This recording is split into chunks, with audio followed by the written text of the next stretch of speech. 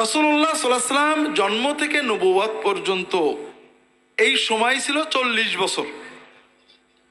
এই 40 বছরের জীবনের বেশি কথা আমরা জানতে পারি না। আমরা জানি রাসূলুল্লাহ সাল্লাল্লাহু আলাইহি ওয়াসাল্লাম জন্মের আগেই তার আব্বা মৃত্যুবরণ করেন, জন্মের কিছু পরে আম্মা মৃত্যুবরণ করেন, তারপরে তার দাদাও মৃত্যুবরণ করেন, তিনি চাচার কাছে মানুষ হন। এ ব্যাপারে বিস্তারিত তেমন হাদিস শরীফে পাওয়া যায় না, সহিহ সিরাত তেমন পাওয়া যায় না। যদিও আমাদের অনেকেই গল্প গুজব করেন রাসূলুল্লাহ সাল্লাল্লাহু আলাইহি ওয়াসাল্লাম মায়ের সাথে মক্কা মদিনা যাচ্ছেন, মৃত্যুর সময় মারা যাচ্ছেন, ছেলেকে কি বলছেন, ছেলে কি বলছে, আমরা চোখের পানিতে বুক ভাসিয়ে ফেলি। এগুলো সহিহ, রাসূলুল্লাহ আম্মা মারা গিয়েছেন আবওয়াই, এটা ঠিক, কিন্তু এর বিস্তারিত মৃত্যুর সময় তিনি কি বলেছেন এগুলো বিস্তারিত কোনো সহিহ বর্ণনা পাওয়া যায় না। কয়েকটা বিষয় শুধু পাওয়া যায়। একটা বিষয় হলো রাসূলুল্লাহ সাল্লাল্লাহু আলাইহি ওয়াসাল্লাম তরুণ বয়সে কর্ম করতেন, তার চাচার কাজ করতেন, পাশাপাশি তিনি শ্রমিক হিসেবে টাকার বিনিময়ে অন্যদের ছাগল চড়াতেন। কথা কি বুঝতে পেরেছেন? এটা আমরা গতদিন আলোচনা করেছি, হয়তো আপনাদের এখন মনে পড়বে।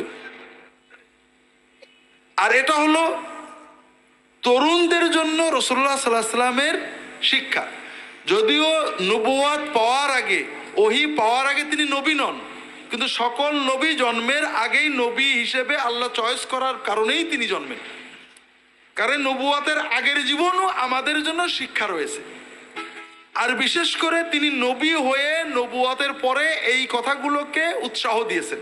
এই জন্য এটা আমাদের সুন্নাতে পরিণত হয়েছে। আমাদের সামাজিকভাবে পারিবারিকভাবে এটাকে প্রমোট করতে হবে, আমাদের ছেলে মেয়েদের কাজ করাতে হবে। পারিবারিক কাজ, শ্রমের কাজ, ছুটি আছে ঠিক আছে তুমি গাড়ির গ্যারেজে কাজ করো, ছুটি আছে হোটেলে বয়ের কাজ করো, ছুটি আছে কাজ করো। এই কাজ করে যদি তুমি 5,000 পাও, আমি তোমাকে আর 5,000 দেবো, 10,000 টাকা দিয়ে তুমি একটা ভালো কাজ করবে। কথা বোঝেননি? আমরা এখনো আমাদের মানসিকতা হলো যেটাকে আর্য মানসিকতা বলা যায়, সেটা হলো কায়িক শ্রম, নিম্ন বর্ণের কাজ। রাখাল হওয়া, শ্রমিক হওয়া, মুচি হওয়া, মেতর হওয়া, জুলা হওয়া, তাঁতি হওয়া, এগুলো নিম্ন কাজ, নিম্ন বর্ণের কাজ, ভদ্রলোকেদের কাজ না। এই চিন্তাটা ইসলাম বিরোধী, বেসিক্যালি মূলত কুফরি চিন্তা। বিদায় হজের রাসূলুল্লাহ এগুলোর বিরুদ্ধে বলেছেন, আমি বিস্তারিত বলতে পারবো না। এটা হলো প্রথম বিষয়, যে তরুণদেরকে শ্রমমুখী করতে হবে, তাদের কাজের ফাঁকে ফাঁকে কাজ করতে হবে। এবং কাজ, বাড়ির কাজ, মায়ের কাজ, আব্বার কাজ, শ্রমের কাজ, কাজ করো, নিজের কাজ নিজে করো, এছাড়া অন্য কাজ করো। যখন একটু বড় হবে তাদের কাজের প্রতি ঘৃণা দূর করতে হবে। ঠিক আছে, তোমার এখন ছুটি 15 দিন, 1 মাস, 2 মাসের একটা কাজ করো, ভ্যান চালাবা চালাও, রিক্সা চালাবা চালাও, গ্যারেজে কাজ করবো, যে কোনো কাজ করো। আপনার যদি পয়সা ভালো থাকে বলেন কাজ করো, কাজ করে যে পয়সা পাবা আমি তার 2 গুণ দেব, তুমি এই টাকা দিয়ে একটা কিছু করবে। এবং রাসূলুল্লাহ সাল্লাল্লাহু আলাইহি ওয়াসাল্লাম এটাতে উৎসাহ দিয়েছেন। আল্লাহ রাসূল সাল্লাল্লাহু আলাইহি ওয়াসাল্লাম মদিনার মসজিদে বসে আছেন, একজন যুবক, শক্তিশালী উদ্দীপনাময় যুবক মসজিদের পাশ দিয়ে চলে যাচ্ছেন। মাররা শাবুন ফাআজিবু মিন জালাদিহি ওয়া নাশাতিহি ফাকালু লাউ কানা হাযা ফি সাবিলিল্লাহ। উপস্থিত সাহাবায়ে কেরাম বললেন, ইয়া রাসূলুল্লাহ, এই যুবকটা যদি আল্লাহর রাস্তায় যেত। আল্লাহর রাস্তায় মানে আমরা সাহাবীদের যুগে মদিনা রাষ্ট্রের পক্ষে রাসূলুল্লাহ সাল্লাল্লাহু আলাইহি ওয়াসাল্লামের নেতৃত্বে কাফের রাষ্ট্রগুলোর বিরুদ্ধে যুদ্ধের ময়দানে, জিহাদ ফি সাবিলিল্লাহর ময়দানে লড়াই করা, অথবা দ্বীনি ইলম শিখতে, দ্বীনের কাজে, দ্বীনি দাওয়াতে বেরিয়ে পড়া। রাসূলুল্লাহ বলেন, না, এটাই শুধু সাবিলিল্লাহ না। লাউ কানা হাযা খারাজা ইয়াসা আলা ওয়ালিদাইনি লাহু শাইখাইনি কাবীরাইনি ফাহুয়া ফি সাবিলিল্লাহ, ওয়া লাউ কানা খারাজা ইয়াসা আলা ওয়ালাদিন লাহু সিগারিন ফাহুয়া ফি সাবিলিল্লাহ, ওয়া লাউ কানা খারাজা লিয়াসা আলা নাফসিহি ইউফুহা ফাহুয়া ফি সাবিলিল্লাহ।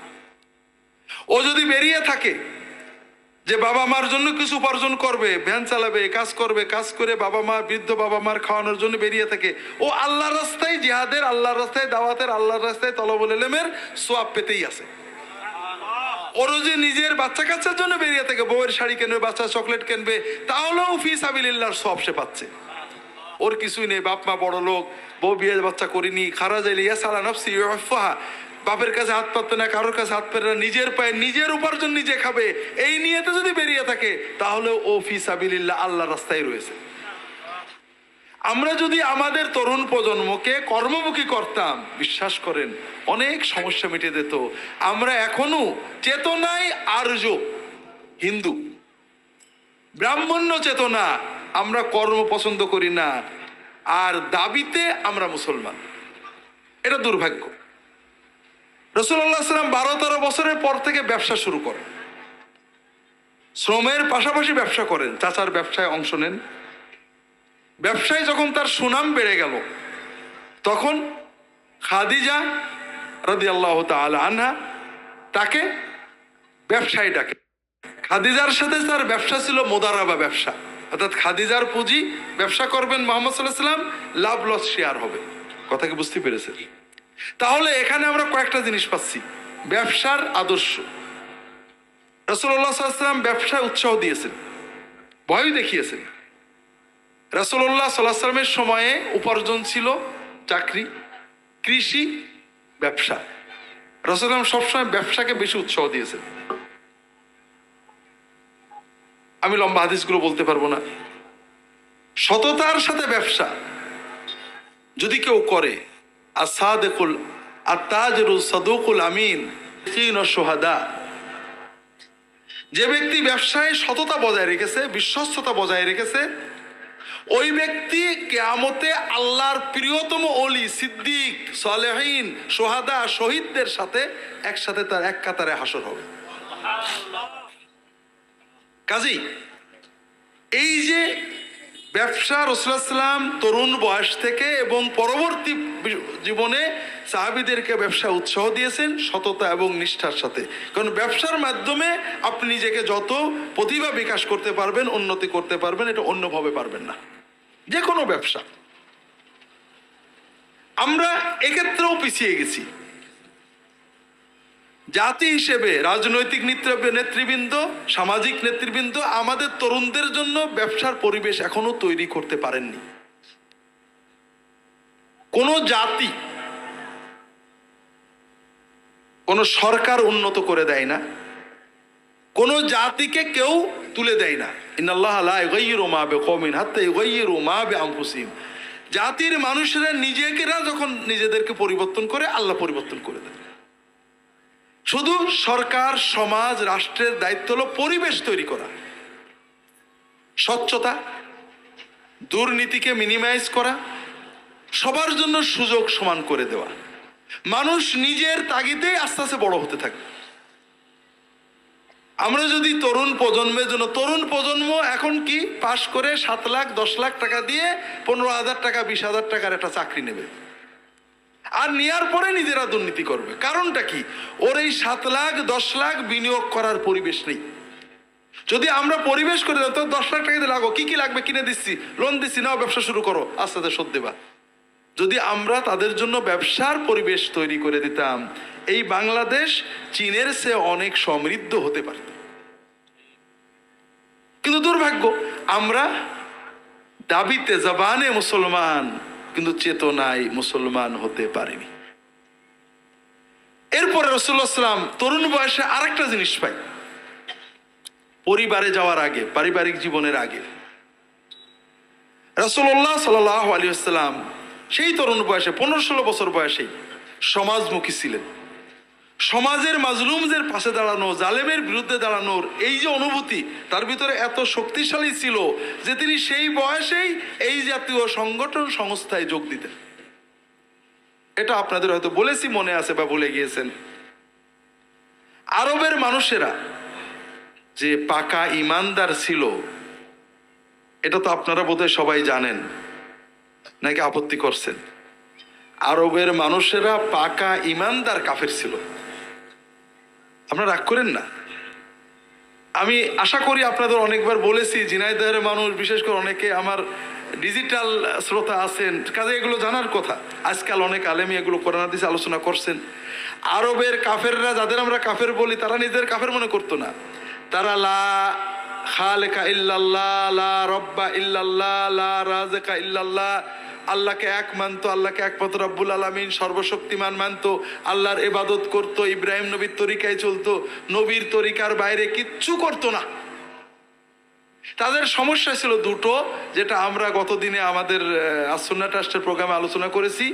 তারা ইব্রাহিম নবীর সুন্নতের বাইরে যুক্তি দিয়ে কিছু দিন বানাতো, আর আল্লাহর রহমত পাওয়ার আশায় শিরিক করতো। খুব ভালো করে বুঝুন, আপনাদের বলেছি সকল মানুষই ধার্মিক, নাস্তিকও ধার্মিক, সবাই ধার্মিক। ধর্ম দুই রকম, একটা হলো খণ্ডিত ধর্ম অথবা সেকুলার ধর্ম, আর একটা হলো পরিপূর্ণ ধর্ম, জীবন ধর্ম। খণ্ডিত ধর্ম মানে আপনি কিছুক্ষণ খুব ঘাড় দুলায়ে খুব ইবাদত করেছেন, জিকির করেছেন, মজা লেগেছে, চোখে পানি আসছে, এরপরে দোকানে গেছেন, দোকানে আপনার ইচ্ছা মতো ওজনে কম দেবেন, ফাঁকি দেবেন, আপনার ইচ্ছা। অনেক টাকা আয় করেছেন, করার পরে মনটা খারাপ লাগছে, গরিবের 2 লাখ টাকা দিয়ে দিলেন। কথা বুঝতে পেরেছেন? আপনি মানুষেরও ফাঁকি দেন, গরিবেরও টাকা দেন, আপনি ভেজালও মিশান, মসজিদেও টাকা দেন, আপনি আল্লাহর জন্য জিকির করেন, ধ্যান করেন, স্মরণ করেন, জপ করেন, ঈশ্বরের নাম নেন, অথবা শহীদ মিনারে ঘাট জাকান, শান্তি পান, আবার ব্যবসা বাণিজ্যে যে প্রয়োজনে মানুষ খুন করার অর্ডার দিয়ে দেন। কথা বুঝতে পারেননি? আপনার ধর্ম হলো খণ্ডিত ধর্ম, সেকুলার ধর্ম। খণ্ডিত ধর্ম কেন হয়?